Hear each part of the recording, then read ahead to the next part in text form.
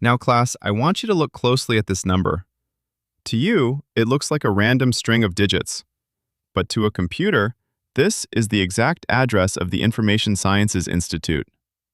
Every single device connected to the internet has a unique identifier just like this, known as an Internet Protocol or IP address. Imagine if you had to memorize a 12-digit number for every website you wanted to visit: your bank, your social media, your school.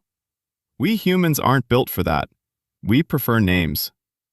The Domain Name System, or DNS, is the magical bridge that translates the names we love into the numbers machines speak. It is, quite literally, the phone book of the internet. Let's pause and go back to a time when the internet was a small, exclusive club called ARPANET. In those days, there were so few computers that every single name and address was kept in one simple text file called hosts.txt. If you wanted to add your computer to the network, you actually had to pick up a telephone and call the Stanford Research Institute during business hours. They would manually type your address into the master file, and then everyone else would eventually download an updated copy. But as the number of machines grew, this centralized system began to crumble under its own weight.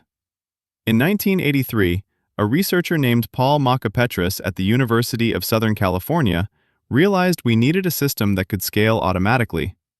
He designed the DNS to be a distributed, hierarchical database, a structure where no single computer had to know everything.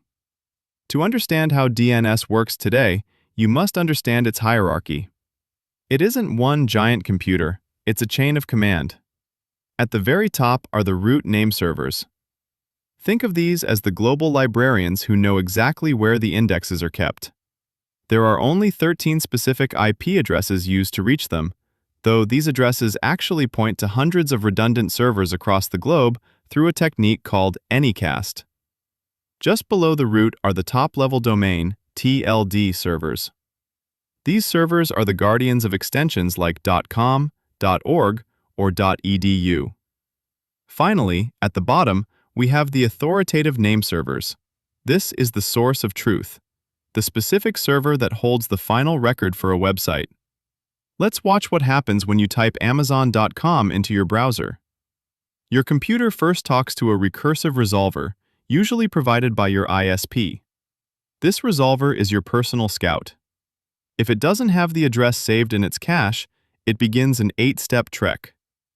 The resolver asks the root server, "Where is Amazon.com?" The root says, "I don't know the IP, but I know who handles .com. Go ask them." The resolver travels to the TLD server for .com. The TLD says, "I know exactly where the authoritative server for Amazon is. Here is its address." The resolver finally asks that authoritative server for the record. The authoritative server hands over the IP address. The resolver rushes back to your browser with the number. Your browser uses that number to load the website. All of this entire global relay race, happens in a fraction of a second. DNS doesn't just store one type of information. It uses different resource records. An A record maps a name to an IPv4 address. AAAA handles the newer, longer IPv6 addresses. MX records tell the internet where to send your emails. CNAME records act as aliases, pointing one name to another. To keep the internet fast, we use caching. Resolvers remember the addresses they find for a specific period called the time to live, TTL. When the TTL clock runs out, the resolver must perform a fresh lookup to ensure the information is still accurate. Because the original DNS was designed in a more trusting era, it had few security controls.